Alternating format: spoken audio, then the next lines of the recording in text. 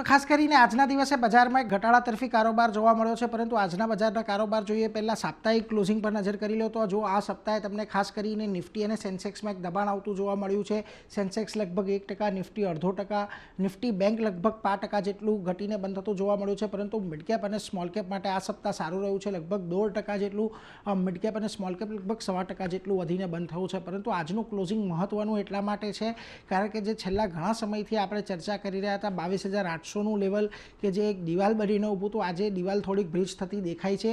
આજની દિવસની વાત કરી લઈએ તો જુઓ આજના દિવસે ખાસો એવો સમય આપણને 22,800ની નીચે ખાસ કરીને કારોબાર થતો જોવા મળ્યો અને એની વચ્ચેથી આજનું ક્લોઝિંગ જે છે એ 22,800ની નીચે થોડું ઘણું આવતું દેખાયું છે। સેન્સેક્સમાં પણ 0.5% ઘટાડો આવ્યો, નિફ્ટી બેંકમાં પણ આજે ઘટાડો આવ્યો અને 49,000ની નીચે અહીંયા આજે ક્લોઝિંગ આવ્યું છે। અને મિડ કેપ અને સ્મોલ કેપમાં આ અઠવાડિયે જે સારી તેજી જોવા મળી તો આજના દિવસમાં થોડી ઘણી ફિઝલ આઉટ થતી આપણને દેખાય છે।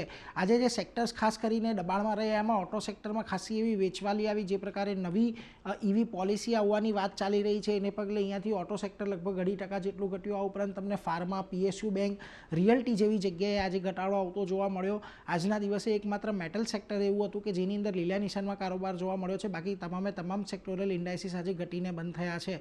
નિફ્ટીના ફ્રન્ટ પરથી આજે જ્યાં સૌથી મોટો ઘટાડો જોવા મળ્યો એમાં એમએનએમનું કાઉન્ટર એક મહત્વનું હતું, 6%નો ઘટાડો આવ્યો।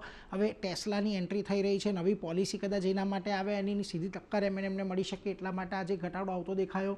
આ ઉપરાંત તમને અડાણી પોર્ટ્સ, બીપીસીએલ, વિપ્રો જેવા કાઉન્ટર પણ આજે દબાણની અંદર ખાસ કરીને આવતા દેખાયા, પરંતુ જ્યાં તેજી આવી ત્યાં આગળ મેટલ સેક્ટરનું કોન્ટ્રીબ્યુશન વધારે હતું કારણ કે અહીંયા ચીનથી આવતા અમુક મેટલના પાર્ટ પર એન્ટી ડમ્પિંગ ડ્યુટી લાગી શકે છે, એટલે જો હિન્ડાલ્કો, ટાટા સ્ટીલ તેજીમાં દેખાયા। આ ઉપરાંત એસબીઆઈ લાઈફ, આઈસર મોટર જેવા કાઉન્ટર પણ આજના દિવસે તેજીમાં રહ્યા છે। ઘટાડો આજે તમને ખાસ કરીને મિડકેપના ફ્રન્ટ પરથી જ્યાં આગળ આવતો જોવા મળ્યો એના પર એક વખત નજર કરી લઈએ તો જુઓ આજે ગોદરેજ પ્રોપર્ટીઝ લગભગ 4% જેટલો ઘટ્યો છે। બાયોકોન, કોફોર્જ, ભારતી હેક્ઝાકોમ જેવા કાઉન્ટર આજે ઘટીને આપણને બંધ થતા જોવા મળ્યા છે, પરંતુ મિડકેપમાં આજે જ્યાં તેજી જોવા મળી એમાં જેએસડબલ્યુ ઇન્ફ્રાનું એક કાઉન્ટર ખાસ કરીને મહત્વનું હતું, જ્યાં આગળ 8-8.5%ની તેજી આવી।